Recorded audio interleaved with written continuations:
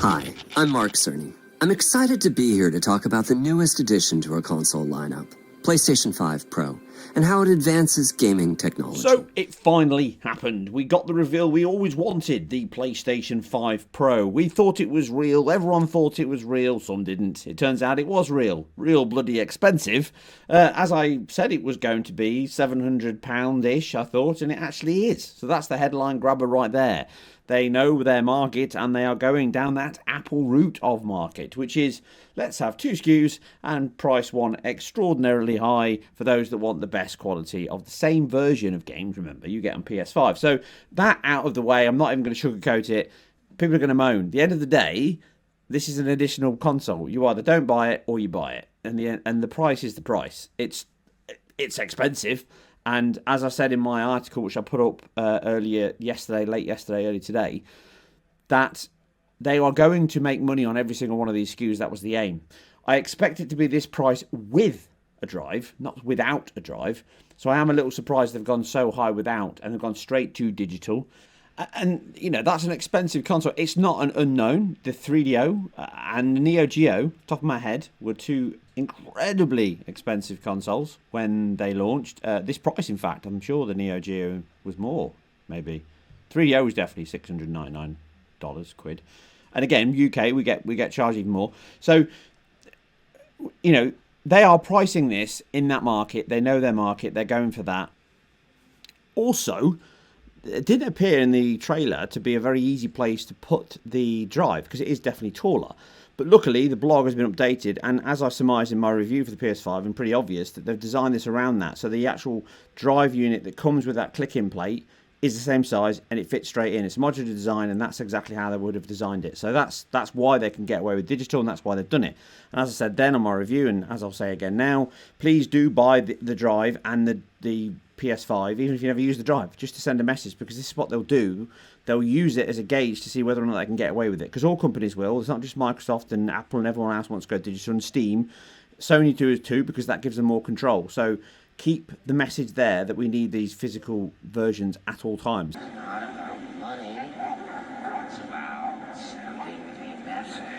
So it's good that it's there, it's an option, but they have put the price up of those. So that is now £100, I think it was £89 before, or was it £100 before and it was £89? Anyway, you're not saving the tenner you did when you bought them together, so that's what they've done. So it does fit in, and it gives you an idea that the bottom size of this console is exactly the same size as the current PS5 Slim, and therefore, as you can see, it's taller, which is basically putting it back to the original PS5, potentially, but redesigned motherboard. There's a few other features. It's got a 2TB drive as expected, so that's bigger. And overall, it's just improvements across the board in terms of internal hardware. Design-wise, compatibility-wise, all of that will work. Although it doesn't look like the actual faceplates will work, although the left one should, but the top ones look bigger or slightly different, so maybe they won't work. They don't mention it on the blog, so I'm assuming they don't, but everything else should. That includes, obviously, controllers, PSVR, and all that kind of good stuff. And obviously the most important part is you can pre-order it from September 26th with limited stores, limited retailers and direct. So potentially just Amazon, maybe. Curry's, probably it.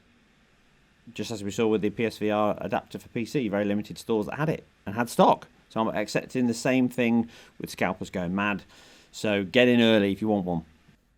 The design of it is exactly as expected in terms of their own marketing and the leaks that came out about a week or so before. Again, this is the same thing I say a lot on my videos, where a lot of these leaks come from partners. So that would have come from a manufacturing plant or a retail store somewhere or a warehouse where things were being built and designed and all this kind of stuff was being done. And again, before people say it, a lot of this stuff, if it's going to have a November launch, it's already hitting retail stores. It's already through its logistics supply chain, very far through all those things in terms of, you know, validation in all the countries as well. So there's definitely a weird, it was light, and there's obviously a lot more to come, and it was very focused on the three main aspects, which I've covered again in my video. So the three things that I said at the time were going to be the main area. So the GPU uplift in terms of the size, the AI upscaling, so PSSR, and ray tracing enhancements. That's fundamentally what this console delivers. So it's targeting faster, clearer performance, much better visual quality and ray tracing, therefore bringing it closer to the PC space. So that's exactly its target in trying to differentiate itself. It's that middle ground between console and PC, and again, it's stopping the bleeding. So go read my article, the link's in below. That covers all of it. I'm not going to cover that stuff again. So taking these aspects one by one, we'll start with PSSR. So this is the stuff that I spoke about, I think it was over on Moore's Law. So I'd heard about this a good 18 months or so ago, that they were working on it. I had heard a while, so this is definitely not a new thing from Sony, but I didn't know the name. And I think Tom over on Moore's Law was the first person to leak the name. He had documentation from Developer Hub. So it is called, PlayStation Spectral Super Resolution. So PSSR is that new thing. And that means that they're going to lean in heavily into everything around every game being focused on that. And it's probably at a system level very, very simple. So this is integral to just present your frame to the API in terms of your render buffer, and then allow that render buffer to be upsampled with the AI hardware they've got in there, and whatever that is in terms of, is it an NPU, is it not, is it dedicated hardware in terms of registries, and it's innate design focus, I'm assuming, based on its tops, so 300 tops they're saying, covers this hardware accelerated work. So it can do it in parallel, just like DLSS does with the tensor cores. And this level puts it around 3080 kind of level of reconstruction. So it should definitely be a DLSS competitor. It's made by Sony internal teams. It's made by the ICE team. So it's definitely going to be people that know what they're doing, that work in the game space. Mark Cerny will be heavily involved in that. So I expect this to be, close to DLSS, certainly better than FSR2. And that means that you're going to get far, far better image quality. And they showed off a stack of games that are going to use it straight out of the box and combinations thereof. So I'll come back to that at the end of the video. But that's the big ticket item, in my opinion, because that is what everything else is based on. Because it allows to do what NVIDIA have been doing for years, which is use that reconstruction, not as a crutch, but as a solution to enable both improvements in image quality and effects and performance without having to have a cost therein. So they're definitely taking a leaf out of NVIDIA's book on that score, and that's good. That's definitely a good thing. Games like Black Myth Wukong and other titles that Star Wars Outlaws, they're relying on DLSS to get you up to 4K from a very much lower base resolution, and sometimes you have to go to performance levels on things like Star Wars Outlaws with RTX DI turned on, Respar I think it's called, to get all of that official quality running on something as mightily powerful as a 4090. So there's no shame in that. Ray tracing, obviously the improvements and the stuff that I mentioned in a previous video a few months ago, 6 months ago, whatever it was, in terms of the improvements that Sony patented, that's almost certainly what they've done here. So they've got improved performance, they've got improved ray tracing, which means that everything is being calculated at a much faster rate.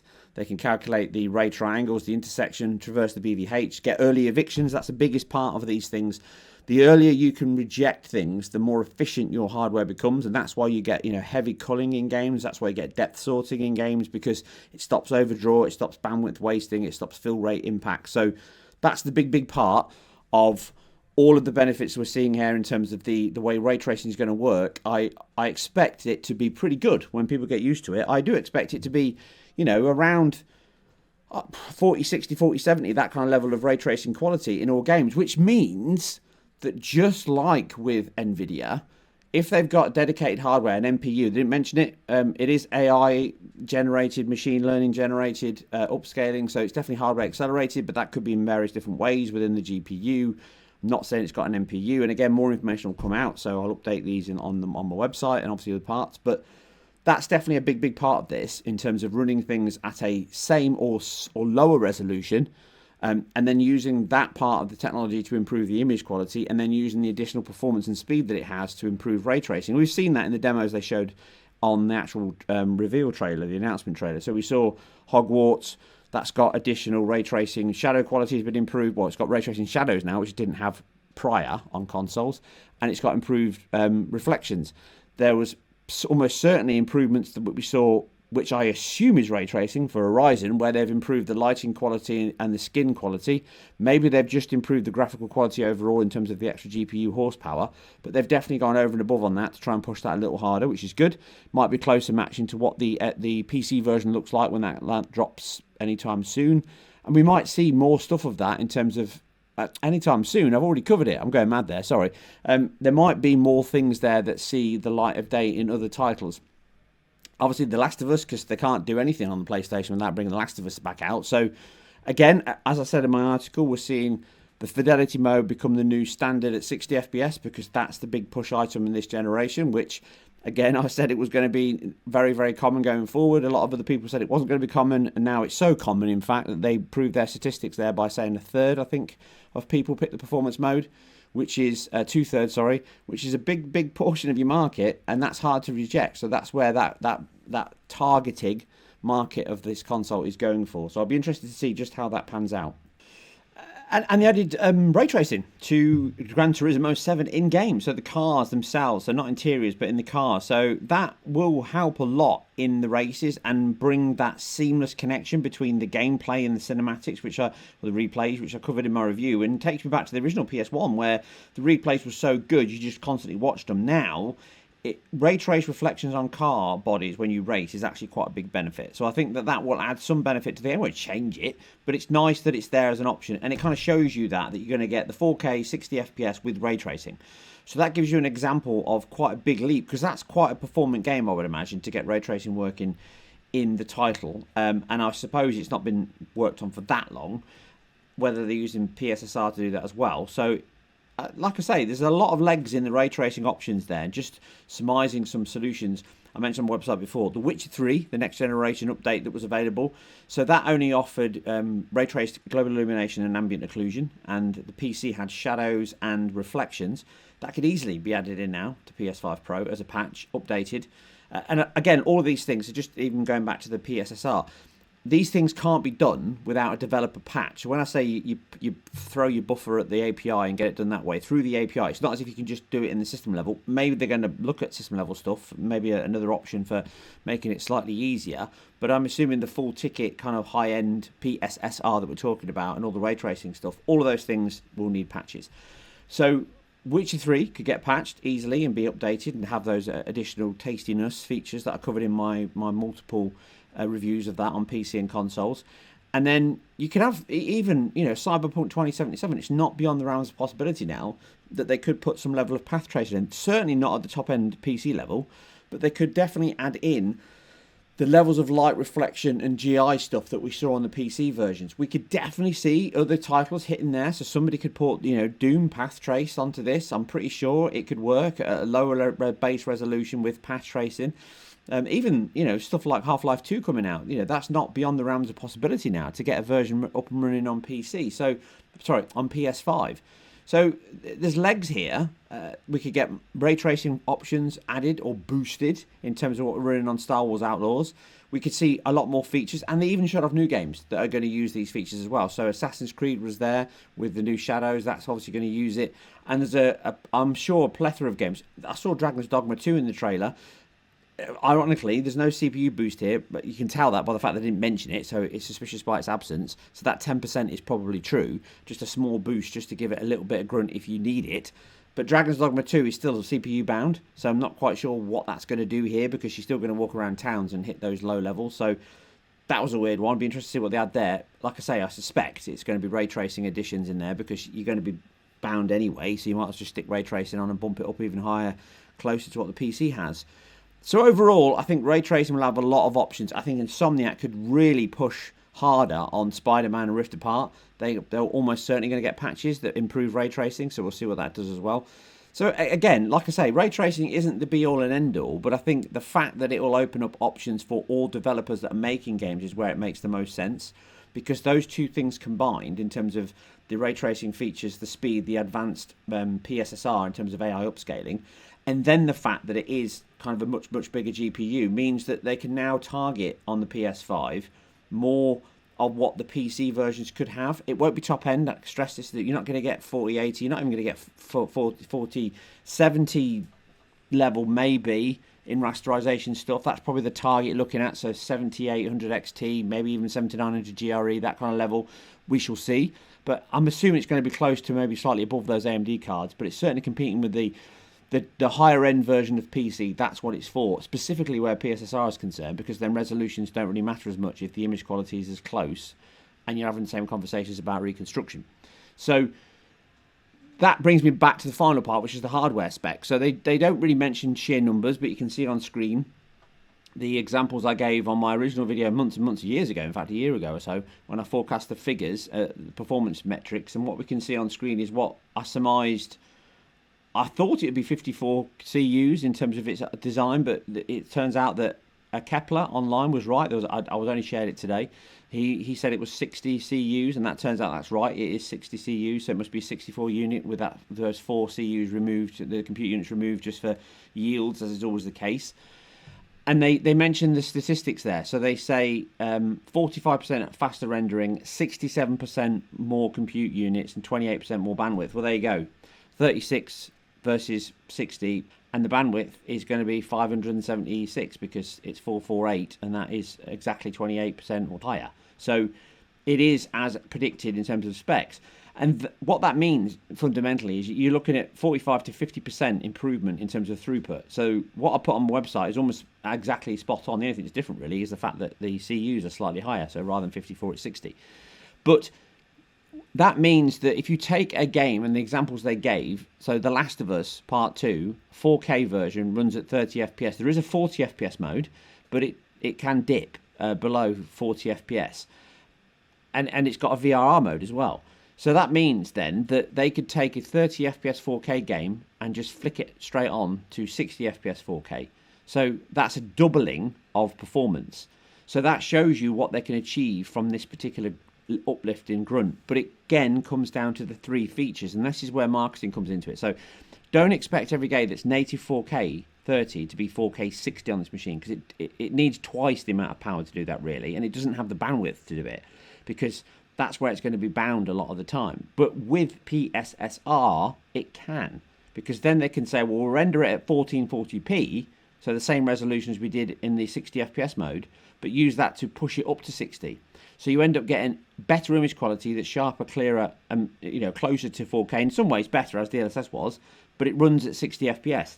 And that's the point I was trying to make on my articles before, of talking about space. This is boxing clever around using that solution to keep resolutions the same or slightly lower than what you currently have now, but push them up.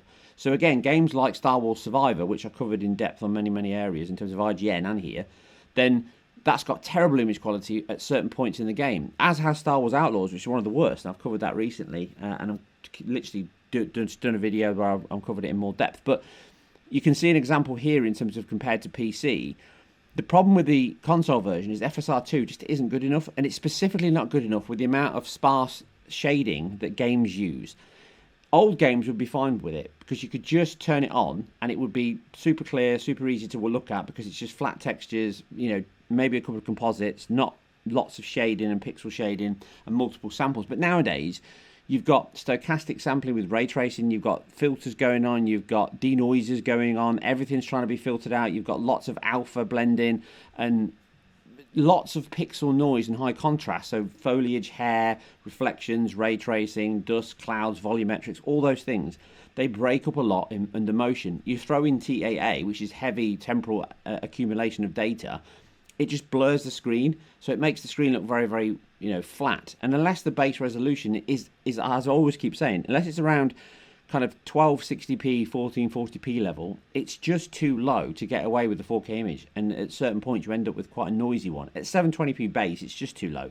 And the performance mode on this game on both consoles is 720p often. So you end up with a very noisy image. And it's not the only one. There's stacks of games, and I quoted a few on my website. I can't remember off the top of my head which ones I said now, but this is where it will pay dividends, because you all of a sudden can get the same base resolution as the balance mode essentially on this game has a slightly lower DRS level, but the balance mode could be bumped up to having a 1440p base and then run that level at 4K PSSR, and that ends up giving you a much, much better performance, image quality, and then on top of that you can throw in ray tracing. So that means you could get some of the additional benefits that don't currently run without a high-end PC. Now, I don't suspect that one will, because I'm assuming it's a deal with NVIDIA in terms of the RTX Di stuff they've got in there. But there is elements of that game that could be significantly improved by a developer patch to help sales by just adding in better ray tracing within the BVH, because they've got a better BVH data structure using the PC RTX Di than they have with the non-one. The one, so basically every version runs ray tracing, but it's not doesn't include dynamic objects. It includes much lower quality objects within the BVH anyway. So the proxy objects that they're sampling for reflections within the data structure is lower quality. and there's less of them. So all those things get improved. They could easily throw that at the PC version, at the PS5 version, and allow that to run at this level at 60 FPS, getting closer to the PC version. It won't get close to the quality of the PC version does, but it will certainly improve the image quality significantly and do it at 60 FPS. And this is the other problem with this game. It does have performance issues, but some of those are CPU. And this is the caveat that I'm going to add all this stuff with. Nothing's changed. We're in the exact same boat as we were with the PS4 Pro. The CPU, just like in many games, and this is, I'll see a lot of, I bet there's articles galore about how the CPU is the biggest bottleneck in the PS5 Pro. Rubbish, because the majority of PC players don't have a top-end 7800X 3D, or even a 5800X 3D. And even those CPUs, certainly my 5800X 3D, can dip below 60 FPS in the town sections as of the review code that I did for over on IGN for Star Wars Outlaws. So that's a problem, and that's not going to be fixed unless they threw in a better CPU than a 5800X 3D. And this is already 700 quid without a drive. So you're probably talking 800, maybe even more. So that's not really an option. So the reality is, and I've said this before, there's too much complexity when you start changing CPUs, because then timings and all that kind of stuff, and game logic still runs on CPUs, and therefore you've got all that issues to go with it. So I understand why they haven't done it. And it's still not going to be the bottleneck in most of the time. And where it is the bottleneck, so for example, I'm just literally looking at Space Marine 2, where it is the bottleneck, again, in many areas of that game, it's CPU bound as well. It's going to be CPU bound on everything. You're going to get a majority of PC players CPU bound unless you ramp up the resolution. And again, so this is what this does. What this does is it will shift CPU issues away by bumping up performance levels to a higher resolution and output, and therefore putting more weight onto that than the CPU. If you're targeting 60, and like Star Wars Outlaws, it can dip in those towns under 60, then it's still going to dip under 60 no matter what resolution you set it at. It's irrelevant. So this isn't going to fix that. And bandwidth. But unlike the PS4 Pro, their solution now has far, far more legs. Not only because when they did checkerboarding, it was brand new, it probably wasn't that well implemented. Some teams took it up, and some of the solutions were excellent across the board. The one in Rise of the Tomb Raider was really, really good, very impressive. The version that was used, which I don't think used the checkerboard hardware, I think they bypassed it, but DICE used it in their Frostbite engine for Mass Effect. That Andromeda, that was a really, really good solution, performed beautifully. Obviously, Horizon, that used it properly. Many games, God of War was a great use of it. So there's lots here that could be done, and because it's now standard and it's accepted across the board, across all PCs, it's not going to become a big challenge for teams to pick it up. And this brings me back to I just want to clarify this. So the way this will work is all engines need TAA. So you need temporal accumulation buffers, you need motion vectors, which come from per pixel across the screen, and all this stuff comes from the rasterizer. So they render a base output buffer resolution, but all this information is included in the engine. And then you pass that off to the AI hardware. The AI hardware can then regenerate using those history buffers, basically, the accumulation data. And it projects where data was, where it's moved to, and it fills in the blanks. And therefore, this is the kind of why you've seen it kind of ironically extrapolate out into frame interpolation, because that's kind of the natural place for it to go. Because if you're taking a checkerboard solution and just creating a quarter of the image again, or one half one frame and the one height the other frame, so horizontal, vertical, and you flip flop, you checkerboard it, then this is what that does on a higher level all the time when things are moving. And you take all these samples, and it's very good because this is what you feed it with. You feed it with a large model in terms of understanding what colours and samples and images and all that stuff. And it can constantly be iterated on. So it can constantly be improved in new versions, and it's hardware accelerated. So there could be times where a system update would actually improve the image quality that the developers won't touch. You'll see that as well, because this is the kind of benefit. It's like drivers on PC. So this is the benefit that this offers in terms of the fact that when it becomes ingrained, which it will, and when it becomes the same standard feature set and you feed it the same inputs and get the same outputs as you do for every other TAA solution and reconstruction solution, such as FSR, DLSS, XESS, and now PSSR, it means that, as you've seen in a lot of engines and stuff, they just kind of fit in. Now, UE5 supports them all, and many engines do.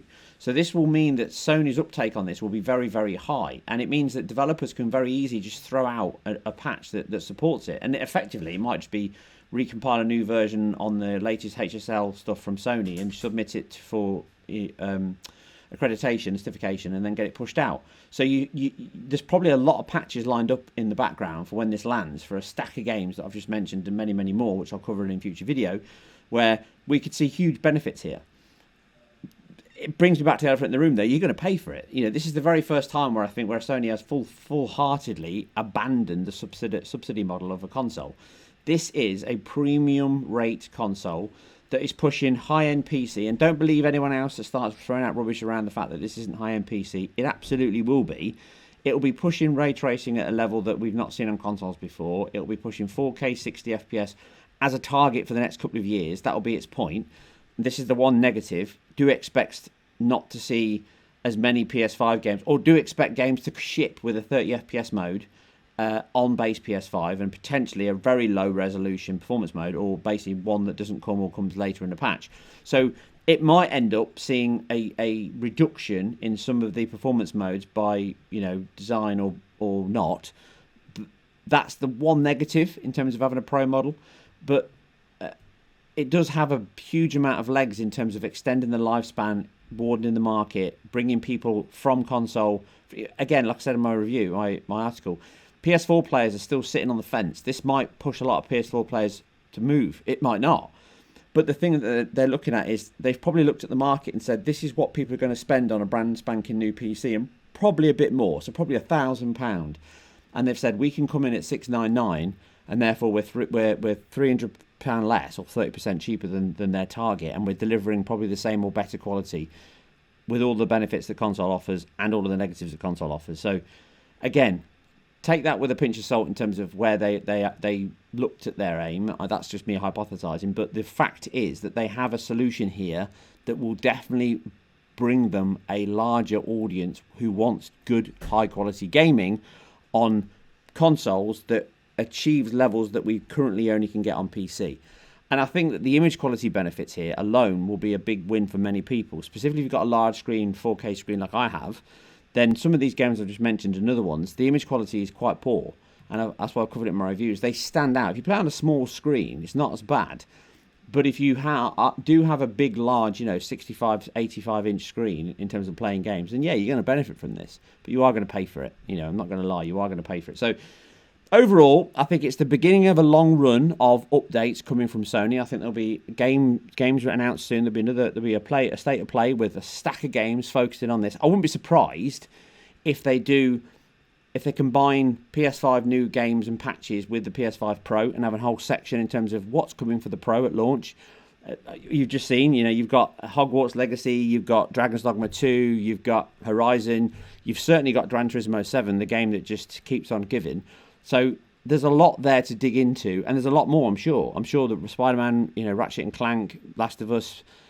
I'm hoping Alan Wake 2, because that was in there, so maybe Control and Alan Wake 2, pretty sure they're going to get patches that push ray tracing and performance up, so that'll be a really good, interesting benchmark, because Alan Wake 2 was one that really pushed the hardware hard. It pushed PC hard as well, and we saw an advantage to the Series X on that one, so it'd be interesting to see just how that one performs now with ray tracing, and hopefully, again, another game that pushes ray tracing even higher. And Final Fantasy VII Rebirth, the game desperately cried out for it. Its image quality is one of the worst I've seen, and some mistakes were made by the development team, as I covered, nearest neighbour scaling and weird solutions they made, which really affect the image quality of that title and its performance mode. That is obviously in the demo, so they're definitely going to patch that up in terms of the trailer they showed, and that game desperately needs it. So that's one that's going to benefit dramatically from this and probably be one of the standout titles in terms of just how good it will actually be. So that's the one I'll be digging into very, very quickly.